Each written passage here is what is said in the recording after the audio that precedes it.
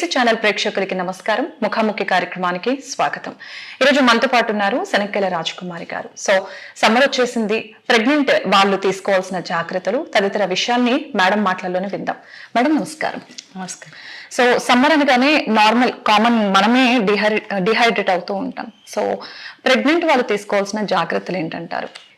ఈసారి 2024లో సమ్మర్ చాలా హాట్గా ఉంటుంది అని న్యూస్ ఉంది. మనకి 44 to 54 వరకు వెళ్తుంది. నార్మల్ పీపులే చాలా ఇబ్బంది పడుతున్నారు. అలాంటప్పుడు ప్రెగ్నెంట్ వాళ్ళు ఇంకా జాగ్రత్తలు తీసుకోవాలి.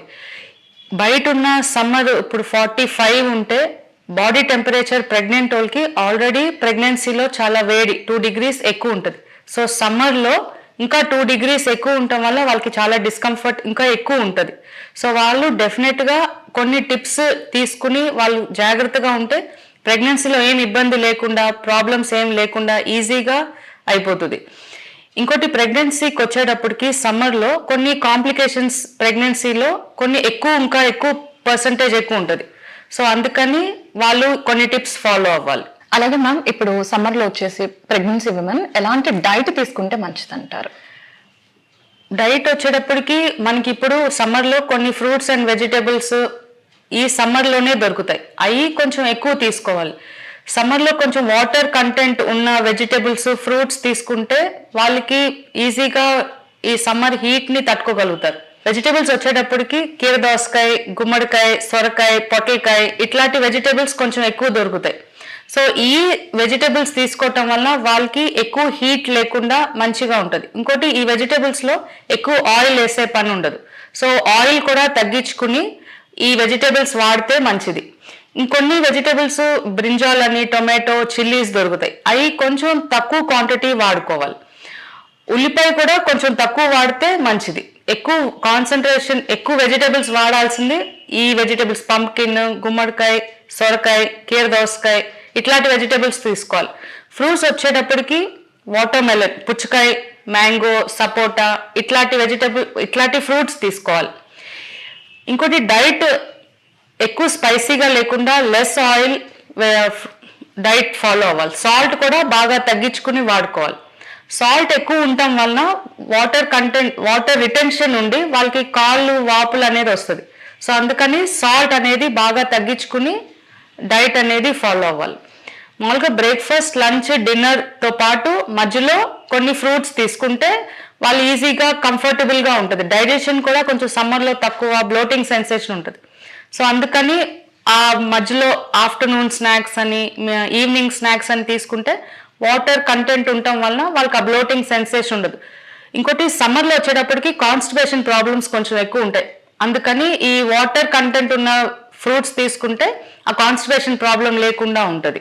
అలాగే ఇప్పుడు మ్యాంగో సీజన్ కదా, మ్యాంగో తింటే వేడి చేస్తుందని అంటారు. సో అటువంటిది నిజంగా అంటారా, అపోహ అంటారా? ఉట్టి సమ్మర్లోనే మ్యాంగోస్ దొరుకుతాయి కాబట్టి మ్యాంగోస్ తీసుకోవటం మంచిదే.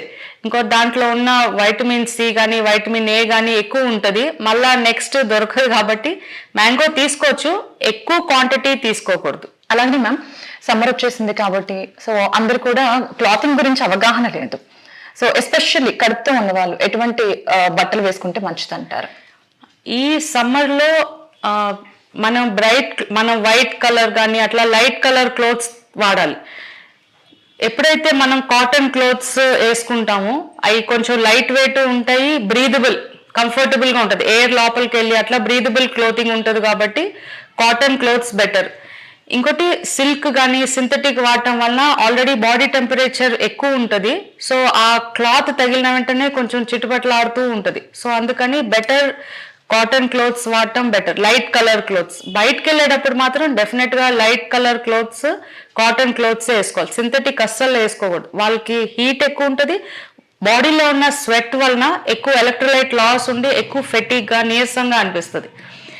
సో అందుకని కాటన్ క్లోత్సే వాడుకోవాలి. మేడం, అలాగే ఇప్పుడు సమ్మర్ వచ్చేసింది కాబట్టి నార్మల్గా మనమే హైడ్రేట్ అవుతూ ఉంటాం బయటకు వెళ్ళినప్పుడు. సో ఈ ప్రెగ్నెంట్ వాళ్ళ పరిస్థితి ఎలా ఉంటుంది? వాళ్ళు హైడ్రేట్ అవ్వకుండా ఎలాంటి జాగ్రత్తలు తీసుకుంటే మంచిది అంటారు? సమ్మర్ వచ్చేటప్పటికి మనం దాహం ఎక్కువ ఉండటం వల్ల వాటర్ అనేది ఎక్కువే తీసుకుంటాం. కానీ వాటర్ ఎంత తీసుకోవాలనేది కూడా చాలా ఇంపార్టెంట్. వాటర్ అనేది ఒక బాడీ వెయిట్ బట్టి తీసుకోవాలి. మ్యాక్సిమం 2.5 to 3 లీటర్స్ వాటర్ తీసుకుంటే ఏమీ ప్రాబ్లమ్స్ లేకుండా ఉంటుంది. వాటర్ ఎట్లా అంటే డీహైడ్రేషన్ ఉంటుంది, ఓవర్ హైడ్రేషన్ అనేది ఉంటుంది. హైడ్రేషన్ కరెక్ట్గా నార్మల్గా ఉండాలి అంతే, ఎడిక్వేట్ హైడ్రేషన్ అంటాం. డీహైడ్రేషన్ రావటం వల్ల సమ్మర్లో మంచిది కాదు, వాళ్ళకి చాలా నీరసంగా ఉంటుంది. అలాగే ఓవర్ హైడ్రేషన్, కొంతమంది వాటర్ ఎక్కువ తీసుకోవాలని చెప్పి వాళ్ళు మోర్ దెన్ 4 లీటర్స్ 5 లీటర్స్ అట్లా వాటర్ తీసుకుంటూ ఉంటారు. సో దానివల్ల వాటర్ ఇంటాక్సికేషన్ వస్తుంది. సో సోడియం తక్కువ అయిపోయి వాళ్ళకి ఉన్న న్యూట్రియంట్స్ అంతా యూరిన్లో వెళ్ళిపోయి వాళ్ళకి నీరసంగా బాగా మజిల్ వీక్నెస్ అట్లాంటివన్నీ వస్తాయి. అందుకని ఎడిక్వేట్ హైడ్రేషన్ అని చెప్తాం. అంటే వాటర్ 2.5 to 3 లీటర్స్ వాటర్ తీసుకుని దాంతోపాటు కోకోనట్ వాటర్ అని, లైమ్ వాటర్, అట్లాంటి వెజిటేబుల్ జ్యూసెస్, కీర దోసకాయ కానీ, నిమ్మకాయ నీళ్ళు అట్లాంటివి తీసుకోవచ్చు. ఇప్పుడు బయట దొరికే సోడా వాటర్ ఎందుకంటే అలాంటివి తీసుకోకూడదు. ప్రెగ్నెన్సీలో కార్బోనేటెడ్ డ్రింక్స్ అనేది తీసుకోకూడదు. వాళ్ళు జస్ట్ ఇంట్లో వాటరు, షర్బత్ అట్లాంటివి తాగొచ్చు. దాంతోపాటు normal 2.5 to 3 litres of water తీసుకోవచ్చు. ఒకేసారి 1 లీటర్ వాటర్ అట్లా తాగకూడదు. అవర్లీ బేసిస్గా ఒక కప్ వాటర్ కానీ, ఒక గ్లాస్ వాటర్ కానీ తీసుకుంటే ఎడిక్వేట్గా డే అంతా చక్కగా బాగుంటుంది వాళ్ళకి. నైట్లో కూడా ఒక 2 గ్లాసెస్ ఆఫ్ వాటర్ తాగి పనుకుంటే నైట్లో కూడా ఏం ప్రాబ్లమ్స్ లేకుండా ఉంటుంది వాళ్ళకి. సో డెఫినెట్గా ఎడిక్వేట్ హైడ్రేషన్ అనేది ప్రెగ్నెన్సీలో ఈ సమ్మర్లో ఫాలో అవ్వాలి. అండ్ మ్యామ్, సమ్మర్లో చెరుకు రసం, మనకి కొబ్బరి నీళ్ళు ఫేమస్ అన్నమాట ప్రతి ఒక్కరు కూడా. సో ప్రెగ్నెంట్ ఉమెన్ అనగానే ఇంట్లో వాళ్ళు టూ మచ్గా కేరింగ్ తీసుకునే ఆ క్రమంలో 1/2 లీటర్ చెరుకు రసం, 1 లీటర్ కోకోనట్ వాటర్ తీసుకెళ్ళిస్తూ ఉంటారు. అసలు ఎంత క్వాంటిటీ తీసుకుంటే కరెక్ట్ అంటారు? ఓకే, ఇప్పుడు చెరుకు రసం చాలా మంచిది, కోకోనట్ వాటర్ కూడా చాలా మంచిది. కానీ ఇప్పుడు చెరుకు రసం వచ్చేటప్పటికి ఒక ప్యాకెట్ అని వాళ్ళు ఒక 150 ml ఆఫ్ చెరుకు రసం ఇస్తారు. నార్మల్ ప్రెగ్నెంట్ ఉమెన్ ఎవరికైతే డయాబెటీస్ లేదు, వాళ్ళకి కంప్లైంట్ లేదు అన్నప్పుడు ఒక 150 ml ఆఫ్ చెరుకు రసం మంచిదే. అంతకన్నా ఎక్కువ తీసుకుంటే దాంట్లో కూడా షుగర్ అనేది ఉంటుంది. సో షుగర్ ఎక్కువ అవుతుంది వాళ్ళకి. సో అది బేబీకి కానీ వాళ్ళకి కానీ మంచిది కాదు.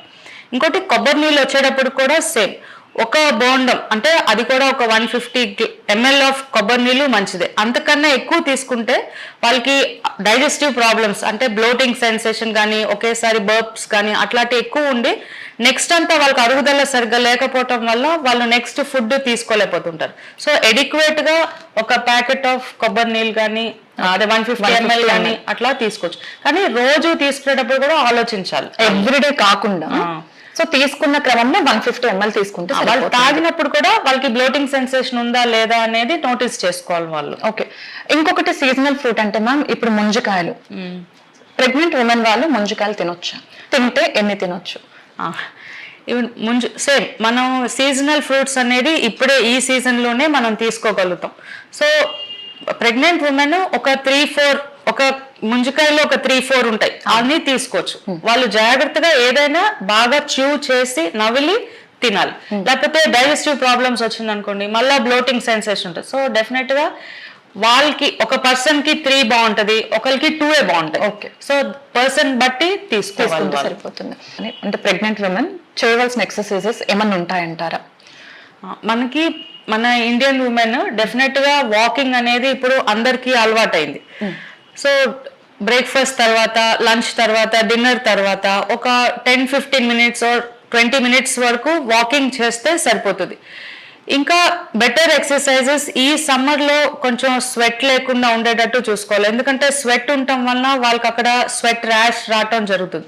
అందుకని సింపుల్ వాకింగ్ చేసుకుంటే సరిపోతుంది. కానీ వాకింగ్ చేసేటప్పుడు వెల్ సపోర్ట్ ఉన్న షూస్ కానీ, స్లిప్పర్స్ కానీ వాడుకోవాలి. ఎందుకంటే వాళ్ళకి కాలు నొప్పులు వస్తే మళ్ళీ ప్రాబ్లం ఉంటుంది వాళ్ళకి. ఓకే, అలాగే మ్యామ్, వీళ్ళకి స్లీప్ అవర్స్ ఎలా ఉండాలంటారు? ఈ సమ్మర్లో మనకి పీక్ అవర్స్ అనేది 11 to 4. సో ఆ టైంలో వాళ్ళు ఎక్సర్సైజ్ అనేది చేయకూడదు. తర్వాత స్లీప్ అనేది లంచ్ తర్వాత ఒక 10-15 minutes వాళ్ళు కొంచెం వాకింగ్ చేసి ఒక 30 minutes, ఒక ½ an hour వరకు, అరగంట కాసేపు పనుకోవచ్చు. డెఫినెట్గా ఎవ్రీ డే ఆఫ్టర్నూన్ ఒక ½ an hour ప్రతి ప్రెగ్నెంట్ ఉమెన్, సమ్మర్ అనే కాదు వేరే టైంలో కూడా వాళ్ళు ½ an hour పనుకోవాలి. నైట్ టైం స్లీప్ వచ్చేటప్పటికి 7 to 8 hours ఆఫ్ మంచి స్లీప్ ఉండాలి. వాళ్ళు ఎక్కువ టైం మధ్యాహ్నం పనుకున్నా నైట్ నిద్రపోలేరు. అందుకని ఆఫ్టర్నూన్ ఒక హాఫ్ అన్ అవర్ సరిపోతుంది, నైట్ 7 to 8 hours నిద్ర అనేది ఇంపార్టెంట్, అది సరిపోతుంది. సో ఈ సమ్మర్ లో మేడం కడుపుతో ఉన్న వాళ్ళకి ఏ టైంలో బయటకు వెళ్తే మంచిది అంటారు? ఓకే, మనకి ఇప్పుడు సమ్మర్ అనేటప్పటికి ఆల్రెడీ రేడియోస్లో కానీ మనకి ఫోన్స్లో మెసేజెస్ వస్తున్నాయి. 11 to 4 చాలా మటుకు సమ్మర్ అనేది డే టైంలో బయటికి వెళ్ళొద్దు అనేది మనకి మెసేజెస్ వస్తున్నాయి. సో అవి జాగ్రత్తగా ఫాలో అయితే సరిపోతుంది. అందరూ 11 to 4 అవాయిడ్ చేయాలి. ప్రెగ్నెంట్ ఉమెన్ ఎస్పెషల్లీ 11 to 4 అనేది సమ్మర్ అవాయిడ్ చేయాలి, బయటకు అనేది వెళ్ళకూడదు వాళ్ళు. ఒకవేళ అవసరం అనిపిస్తే మాత్రం వాళ్ళు ఒక అంబ్రెల్లా పెట్టుకోవాలి, స్కార్ఫ్ పెట్టుకోవాలి, ఒక వాటర్ బాటిల్ పెట్టుకోవాలి, మంచి కాటన్ క్లోత్స్ వేసుకుని జాగ్రత్తగా వెళ్ళాలి సమ్మర్లో. మేడం అలాగనే ఇప్పుడు ఈ ప్రెగ్నెంట్ వాళ్ళు ఇంట్లో ఉన్నప్పుడు ఎటువంటి జాగ్రత్తలు తీసుకుంటే మంచిది అంటారు? ఓకే, ఇప్పుడు ఇంట్లో కూడా కొన్ని జాగ్రత్తలు అనేది తీసుకోవాలి.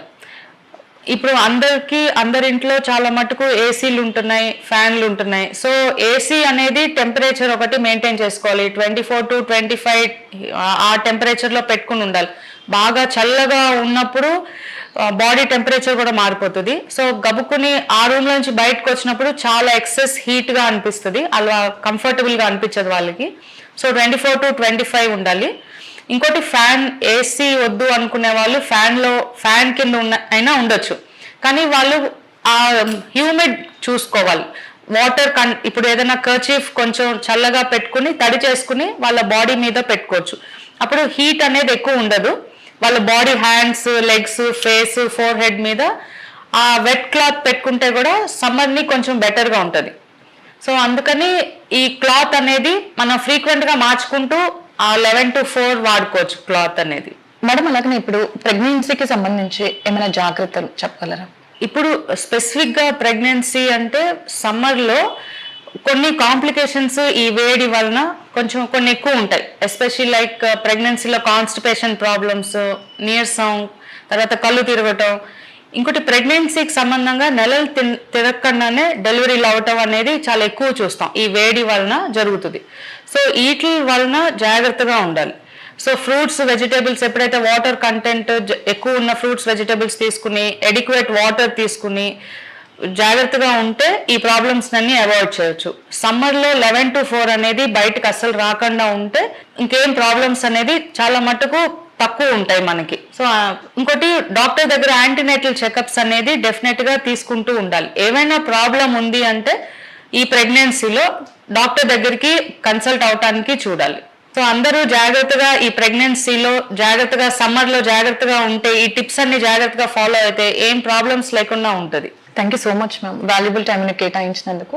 సో చూసారు కదండి, ఈ సమ్మర్ టైంలో ప్రెగ్నెంట్ కడుపుతో ఉన్న వాళ్ళు తీసుకోవాల్సిన జాగ్రత్తలు ప్రముఖ గైనకాలజిస్ట్ డాక్టర్ శనక్కల రాజకుమారి గారితో ఈరోజు ముఖాముఖి కార్యక్రమం. మరొక కార్యక్రమంలో మళ్ళీ కలుద్దాం. అంతవరకు సెలవు, నమస్కారం. నమస్తే.